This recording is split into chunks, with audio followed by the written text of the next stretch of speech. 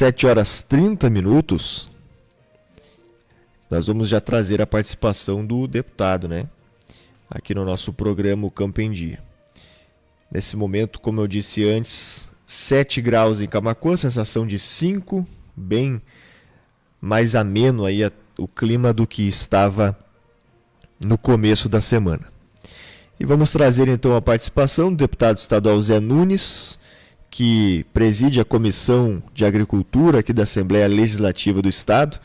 E na semana passada a gente comentou sobre o lançamento do Plano Safra, aí, que com certeza daria muito assunto. Então, vou querer saber do deputado quais são os principais destaques aí do Plano Safra desse ano na visão do deputado e também demais informações aí que a gente possa trazer nesse programa de hoje. Muito bom dia, deputado. Bom dia, Pablo. Bom dia, nossa audiência. Está me escutando bem aí, Pablo? Escutando bem. Ótimo.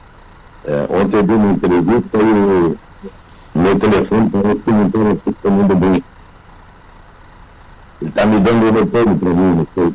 Eu me escutando de novo aqui. Aqui tá saindo normal, não tá tranquilo. Tá tranquilo? Ótimo.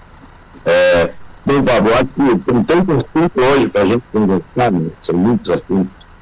Nós temos a questão do Plano Safra, né? Tanto o Plano Safra da agricultura familiar como o Plano Safra da agricultura empresarial, que foi lançado essa semana.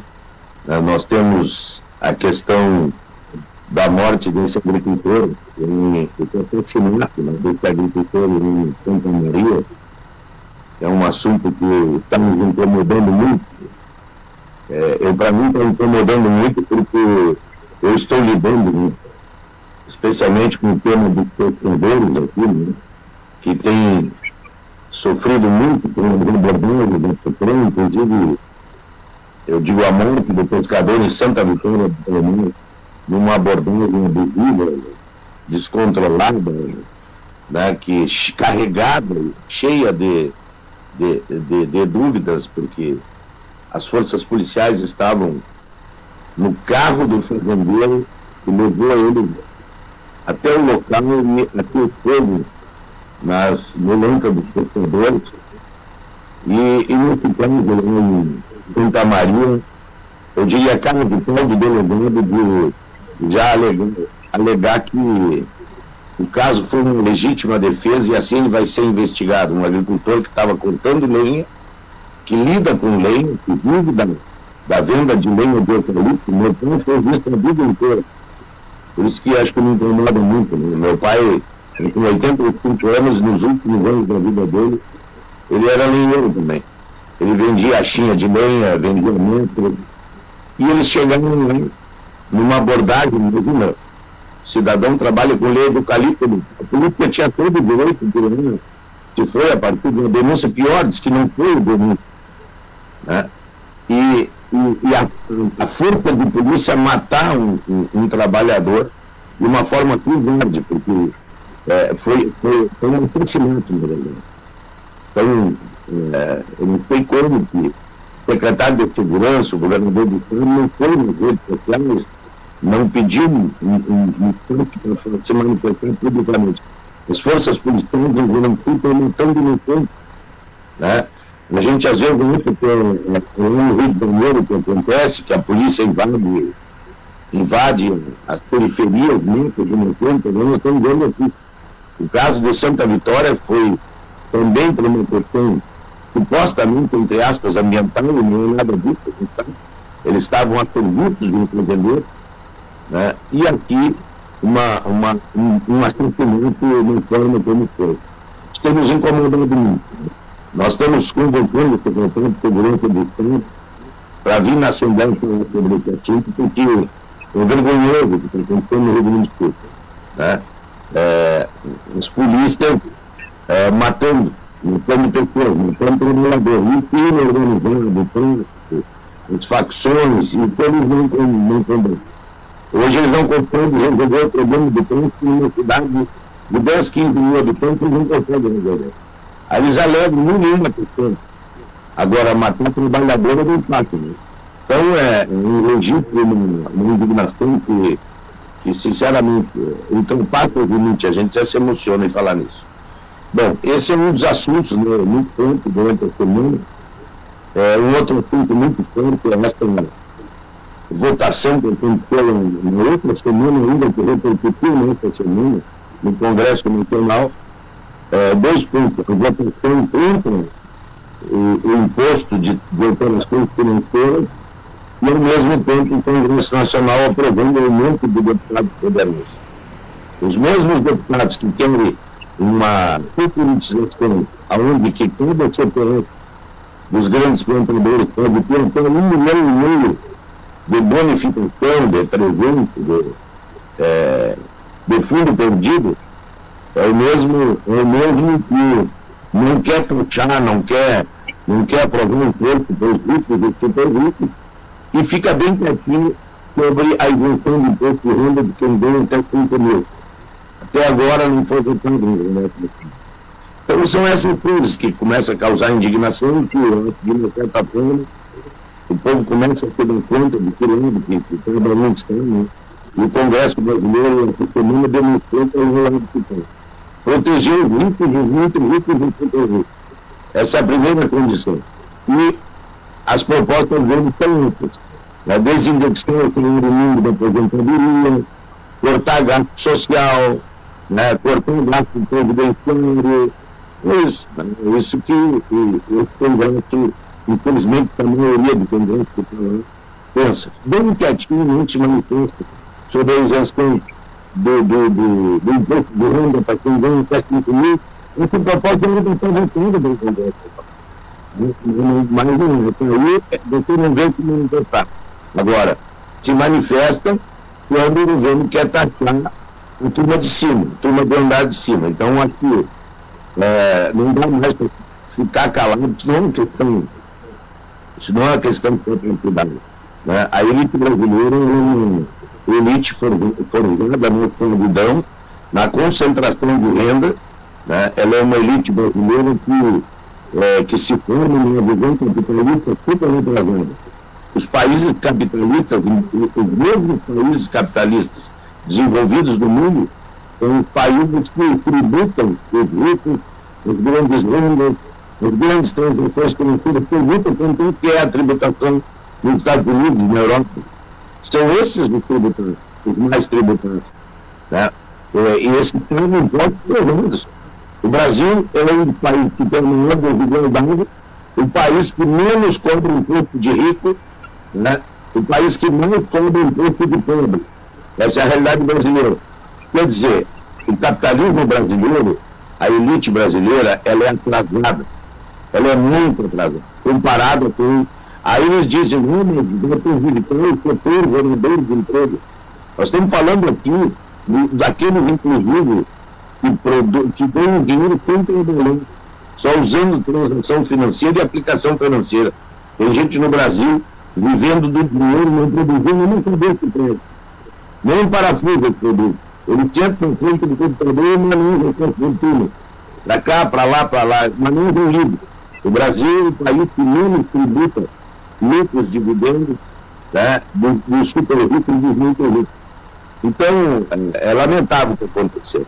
E por algum motivo será, deputado, que nunca passam essas reformas? Porque eu lembro, inclusive teve circulando aí alguns cortes na internet que mostravam até o ministro Paulo Guedes, do tempo do Bolsonaro, falando justamente isso, que teria que ser tributado os lucros de dividendos, enfim. E aí nesse corte que apareceu para mim, até a pessoa comparava, né? Dizia, o Paulo Guedes na verdade estava dizendo mais ou menos parecido com o que o Fernando Haddad está dizendo agora, que tinha que fazer esse tipo de reforma, e não foi feito naquela época, tem dificuldade de ser feito agora. Sai governo, entra governo, os ministros da Fazenda ou Economia, todos percebem que isso é algo que seria necessário, mas nunca é feito, né? Nunca conseguem se fazer, né? Exatamente, porque a elite brasileira, entendendo que nós também olhamos isso, a elite brasileira é uma elite muito mesquinha e atrasada, né? E nós não estamos falando daquela pessoa que ganha 10 mil reais, 5 mil reais, Nós estamos falando que tem ganho de 50 mil para cima por mês, nós estamos falando do super salário, nós estamos falando daqueles que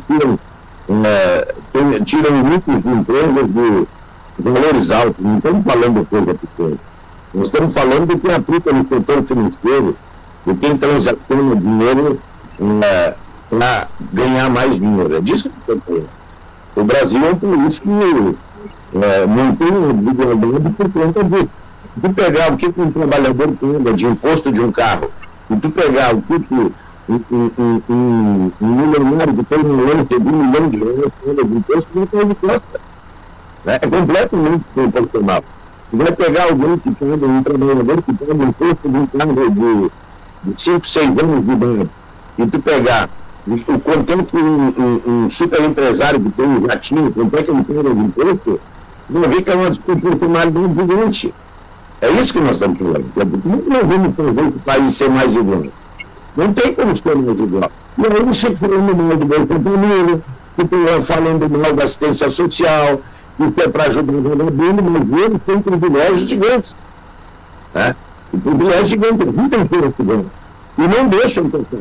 E os deputados que defendem esse setor, esses super ricos, os ricos, eles enganam o povo. Eles misturam tudo, enganam tudo, e tentam dizer para o povo que não, e quem vai. E quem vai ficar ruim, porque e aí consegue mentir, enganando a opinião pública. Essa semana eles acusaram o golpe. Eles acusaram o golpe porque eu acho que tem que ser muito mais agressivo mostrar a verdade do que acontece. Tem que se mostrar a verdade do que acontece. Né? Porque o que a gente viu, deputados se manifestando aí, dizendo que foi uma barbaridade, que é uma agressão que o Congresso aumentar o voto que é feito em Congresso nacional é ato da democracia. Cada um que vota no Congresso tem que ter voto aqui no Assembleia Legislativa. Como deputado estadual, eu tenho que me responsabilizar sobre os meus votos. E eu tenho que responder sobre eles.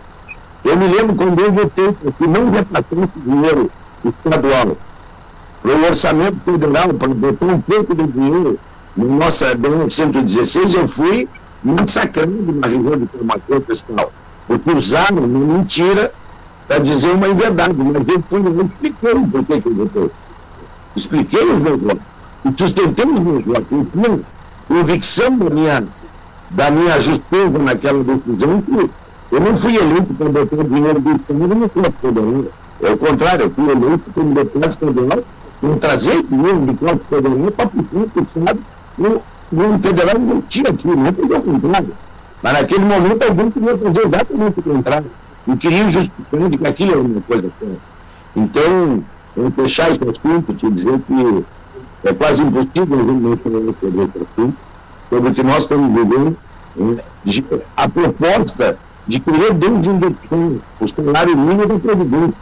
Quer dizer, o aposentado, esse é o problema, o aposentado que ganha o salário mínimo, eles não quiseram fazer isso em outro momento. E hoje tem gente que não tem gente que não isso. Não, vamos desindexar do salário mínimo, porque hoje nenhum aposentado pode, pela lei brasileira, receber menos do que um salário mínimo. O que eles querem fazer? Tu desindexa o salário mínimo, essa obrigatoriedade legal, e aí, quando tiver o monte de salário mínimo, não tem jeito que ele está aposentado vai receber o salário mínimo. Essa se dá um vômito. O salário mínimo vale X e o aposentado ganha um salário mínimo menos 30% de X. Quer dizer, o salário mínimo do aposentado é um, o mínimo do trabalhador da ativa é outro, e aí tu resolve uma parte da previdência a proposta dele. Né? Dos mesmos que agora estão muito indignados porque correram um vídeo pela internet denunciando o que está acontecendo no voto do Congresso. Então, a questão ela é muito clara. Aí está, vamos dizer assim, o DNA da desigualdade brasileira. Enquanto nós não tivermos sistema tributário que tributa aqueles que têm condições de pagar e alivia o lado do povo trabalhador, porque quem mais paga imposto no Brasil é o trabalhador. O imposto sobre o consumo de manutenção das famílias é o grande imposto brasileiro. Então isso nós podemos superar. Mas voltando aqui para o SAP, senão nós temos que terminar rapidamente. Sobre o plano Safra da agricultura familiar, eu vou falar primeiro, na semana que vem, a gente tem do plano que foi lançado agora, anteontem, o plano Safra da agricultura empresarial. Primeiro que a conjuntura do plano Safra é completamente diferente. Nós tínhamos uma taxa Selic de 10,5% no ano passado, o Banco Central vem aumentando, na minha opinião, de uma maneira equivocada, a taxa Selic, porque o Brasil está com uma meta, com uma condição de ter uma inflação prevista abaixo da meta. Nós estamos em pleno emprego e o Banco Central, ao invés de trabalhar com uma política para ter os juros compatíveis com a necessidade de aumentar a produção, para não correr o risco de ter inflação por aumento de demanda, não, ele aumenta o juro para frear a demanda. Essa é a política. Bom, eu, na minha visão, não é certo. Né? Não quero dizer que tem que apostar, fazer o dos juros, né? Mas pelo menos saber preparar e ter uma política diferenciada de juros para setores que possam investir em produção, acho que pelo menos isso. Não tem. Tá bom. E o plano Safra ele vem nesse contexto. O que nós podemos destacar primeiro? Né? Eu acho que uma das coisas é a questão de linhas para produção de alimentos com juros muito acessíveis. Né? Juros de 3% no custeio para produzir feijão, produzir fruta, produzir verdura, produzir ovos, produzir carne de frango, produzir carne de suínos, produzir leite, né? Então, mandioca, enfim, os produtos da cesta básica, aqueles alimentos básicos, o arroz está nisso. Então, na agricultura familiar, para quem é agricultor familiar, juro de 3% ao ano. O que é o juro de 3% ao ano? É praticamente juro real negativo, porque nós estamos tratando de uma inflação de 4% a 5%, um juro de 3%, não custeio, um juro real negativo. Se tiver práticas sustentáveis e tiver uma produção que ela está em transição, o juro do custeio vai para 2,5%. Eu acho que isso é um destaque. O outro destaque é a compra de máquinas, por exemplo. Né? O agricultor familiar que tem uma renda de até 500 mil na propriedade, se ele comprar um trator de 80 CV, um trator de até 250 mil, ele vai pagar 5% do juro ano. 5% do juro ano é praticamente o valor da inflação. Então dá para dizer que, na verdade, é um juro real quase que zero. Né? Se nós considerarmos o valor da inflação. Você imagina com taxa Selic 15% e que o governo está equalizando 10% desse valor. Né? O governo equaliza, vamos dizer, de uma forma reta, né? Porque tem fontes diferentes de recursos, tem análise diferente. Mas de uma forma rasa, seria mais ou menos essa conta. A taxa Selic é 15%, o juro para comprar o trator é 5%, o governo está pagando 10% desse juro para o agricultor poder pagar só 5%. É mais ou menos assim. Bom, também para agricultores menores que tem uma renda até 150 mil reais, quiser financiar uma máquina até 100 mil reais, ele vai pagar um juro de 2,5%. Então, aquele agricultor familiar menor que não tem uma renda tão alta e que precisa equipar lá com maquinário, com trator pequeno, máquinas menores, ele pode comprar uma máquina de até 100 mil reais, ele vai pagar um juro de 2,5% com prazo para pagar de 8 anos. Então, com a diferença de juro negativo, o juro real passa a ser negativo, porque hoje nós temos uma inflação de 4,5% e um juro de 2,5%, tu tem um juro negativo. Uma outra questão que eu acho que a gente pode destacar aqui é o incentivo para o Pronaf Mulher e Pronaf Jovem, que é incentivar aqueles agricultores que estão nos ouvindo ali, né, que nos escutando, se atentem para isso. Vamos ter a cooperativa de crédito, vão até o banco, veja, tem um filho na cooperativa, na hora de colocar um filho dentro do sistema de produtivo, envolver ele na produção e aproveitar o crédito incentivado de juro bem mais barato para o jovem rural. A mesma coisa em mulher rural, também tem um incentivo interessante. O programa de habitação, de financiamento da habitação, também um programa interessante que surgiu. E destacar também o incentivo para a prática sustentável, que também tem taxas de juros bastante baixas. O Pronaf B, o Pronaf A, que vem com juros baixos e também com com alguma parte aqui no perdido. Eu acho que é um incentivo para aqueles agricultores bem pequenos, os assentados na reforma agrária também. Então, numa síntese, nós podemos dizer assim, o plano Safra vem, né, para incentivar a produção de alimentos com taxa de juros favoráveis, aumentou o valor, foi para 89 milhões, aumentou bastante o valor. Nós temos só no Pronaf 78 milhões, né? E o resto compra seguro para o agro, e fecha o pacote dos 89 bilhões, né? Eu estou falando milhões, mas é bilhões, 89 bilhões. Então tem uma taxa para a agricultura familiar, mesmo numa conjuntura muito adversa, né? E é essa taxa territorial. Então eu penso que o Plano Safra, ele inclusive escolheu as regras do Proagro que nós levamos ao governo esse ano, um mês e pouco atrás, tivemos em Brasília um debate muito forte. Praticamente quase todas as sugestões nossas foram acolhidas. E por que eu digo não? Porque o único estado que foi lá dialogar com o governo foi o Rio Grande do Sul. Por quê? Porque o Rio Grande do Sul pega 1/4 de todo o Pronaf do Brasil. E pega 1/5 de todo o Pronaf do Brasil para ele ser algo fundamental e importante. Então a gente teve que fazer esse debate. E uma constatação ainda do plano do ano passado foi que o Pronaf acabou chegando em todo o Brasil. Né? O Pronaf era um programa muito utilizado nos três estados do Sul. Hoje, de fato, ele chegou no Nordeste, chegou nos outros estados, para que você tenha uma ideia. O Rio Grande do Sul e o Paraná e Santa Catarina fazem um pouco mais de 400 mil contratos, e o Nordeste fez mais de 900 mil contratos. Só que aqui se utiliza 3 vezes mais o recurso. Lá são 11 bilhões do Pronaf do Nordeste, com mais de 900 mil contratos. Aqui, com 400 mil contratos, utiliza 31 bilhões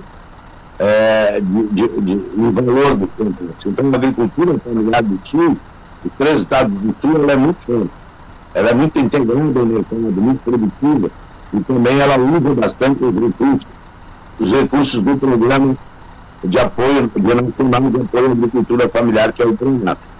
De uma certa forma, numa síntese rápida aqui, fazendo aqui da minha cabeça, eu quero dizer que eu acho que o Plano Safra da agricultura familiar, inclusive, foi melhor do que eu esperava. Eu esperava que nós tivéssemos taxas de juros na média mais alto do que tivemos.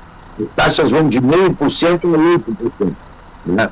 A 8%. O agricultor que não está na cadeia produtiva, o agricultor que planta soja, por exemplo, custeio da soja, a agricultura familiar vai ser 8%. Né? Porque a soja é uma commodity, um produto de exportação, mas aquele agricultor que produzir, por exemplo, feijão, que produzir arroz, produzir mandioca, produzir fruta, produzir verdura, alimento da cesta básica, a soja não é um alimento da cesta básica, a soja é um produto de exportação. Aquele agricultor que produzir um alimento, ele vai ter um juro de 3%, que é uma grande diferença. Aí eu acho que é importante acenar e reforçar quem produz alimentos. No Brasil, nós transformamos num grande lavoura de soja e aí nós não vamos bem. Não vamos ter bem para isso. A Argentina está sofrendo um problema gravíssimo. Liquidou com o setor de produção de alimentos, hoje depende de importação de alimentos básicos à Argentina, né? Tem um descontento muito grande, né? Inclusive de abastecimento, porque se transformou numa lavoura de soja. Virou só uma plantação de soja. O governo brasileiro, né? O governo do presidente Lula, hoje ele está em Plano Safra, dando um sinal, um incentivo importante em quem quiser se dedicar à produção de alimentos, que eu acho muito importante. No fim, eu acho que a síntese do Plano Safra é um Plano Safra da agricultura familiar bem produtivo. Agora, na semana que vem, a gente avalia o Plano Safra da agricultura empresarial. Uma queixa, né, que as taxas de juros aumentaram até um pouco, né? E um aumento de volume de recursos dos agricultores. Teve um aumento, foi um plano recorde, mas não teve o mesmo aumento que teve o Plano Safra da agricultura familiar. Enfim, né, são as conjunturas que nós temos para avaliar e construir as políticas. Semana que vem a gente apresenta um pouco sobre o Plano Safra da agricultura empresarial. Teve também o Programa Nacional de Redução de Agrotóxicos, né, o PRONARA, que acho que é muito interessante, porque se fala muito transação aí de parar de utilizar tanto químico, né, os agrotóxicos, a gente chama, e aí é importante que você tenha também um incentivo do próprio governo para aqueles agricultores que querem seguir nessa linha, né? O Plano Safra ele tem um conjunto de outras medidas ali, eu estou fazendo uma análise bem geral, assim, esse programa também é um programa bastante importante, e ao mesmo tempo é um programa de incentivo. Quem quiser fazer uma agricultura de transição, quem começar a fazer uma agricultura de transição, um projeto bem tecnicamente bem preparado, e tem financiamento também no e isso não tinha. Então, ele obedece uma sincronia de um pensamento, um incentivo à irrigação também, tá? Um incentivo à irrigação sustentáveis, com juros mais baratos também. Enfim, ele traz um conjunto de elementos que bastante importantes, né?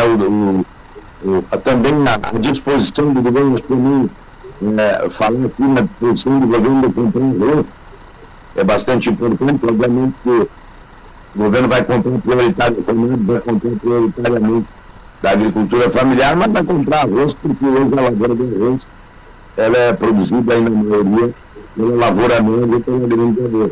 Mas hoje eu vou estar falando daqui a pouco com o presidente da Câmara aqui em São Lourenço, que ele vai estar aqui, e vou estar falando com ele para tentar arrancar dele qual é o número. Eu sei que ele tinha uma intenção de comprar 7 bilhões de reais de arroz, mas eu não sei se vai conseguir, né, dentro dessa conjuntura também fiscal do país, fazer essa compra e fazer esse estoque. Mas, no mínimo, pelo que eu entendi, 500 mil toneladas estão compradas de arroz, né? Então, é importante também para que o governo tenha a recuperação dos seus estoques reguladores. Porque um problema é que o agricultor tem com preço baixo, é importante que o governo faça o seu estoque. Também, quando tem uma falta de produto, não precisa importar. Tem uma falta de produto, não importa. Tem aquele estoque que tem, e aí equaliza aquela falta. Para não ter uma disparada no superpreço de ao consumidor de maneira excessiva. Então, você não precisa estar trazendo de fora, você tem que ter produto feito. Eu acho que esse é o sentido dos estoques reguladores. Naquele ano, pela outra casa, se terminaram todos os estoques reguladores. O Brasil ficou completamente sem nenhum estoque regulador. Não tinha essa política, foi abandonada. E agora tem que recuperar ela, só que também precisa de dinheiro, né? O presidente da Economia demitiu que eu comecei com ele há 15 dias atrás, que o plano dele vai comprar 7 bilhões de arroz. Eu não sei se vai conseguir. Hoje eu vou estar com um café com ele daqui a pouco. Vou perguntar para ele qual é o plano, como está essa possibilidade. Às 9 horas da manhã, parece, né, que seria aí a entrega de mais de 3 toneladas, seria? Agora eu não lembro direito, mas era isso, né? Eles vão fazer uma entrega aqui nos provedores, aqui em São Lourenço, Pelotas e Rio Grande. Eu vou acompanhar ele aqui em São Lourenço, minha equipe vai acompanhar ele em Pelotas e Rio Grande, e eu vou ter que receber os deputados do Paraná que estão trabalhando na aprovação da lei da classificação do fundo na propriedade às 3 horas. Eles têm uma reunião comigo na Assembleia Legislativa. Eu estou em São Lourenço, bem com atividade, e às 3 horas eu estou falando para recebê-lo na Comissão de Agricultura, como autor da lei da classificação do tabaco. Vou receber os deputados do Paraná que estão trabalhando nessa ponta aí. Tá certo, deputado. Muito obrigado aí pela sua participação, e na semana que vem a gente retorna então com mais detalhes aí sobre o Plano Safra também empresarial. Muito obrigado aí pela sua contribuição. Sempre muito assunto. Sempre, às vezes falta tempo, na verdade. A gente poderia estender mais se fosse possível. Agora são 7 horas e 59 minutos, então conversamos com o deputado Zé Nunes, que participa toda sexta-feira da nossa programação, contribuindo aí com a sua análise da conjuntura da agricultura, principalmente com foco na agricultura familiar, mas também, é claro, ele é um deputado estadual, ele fala de diversos outros assuntos.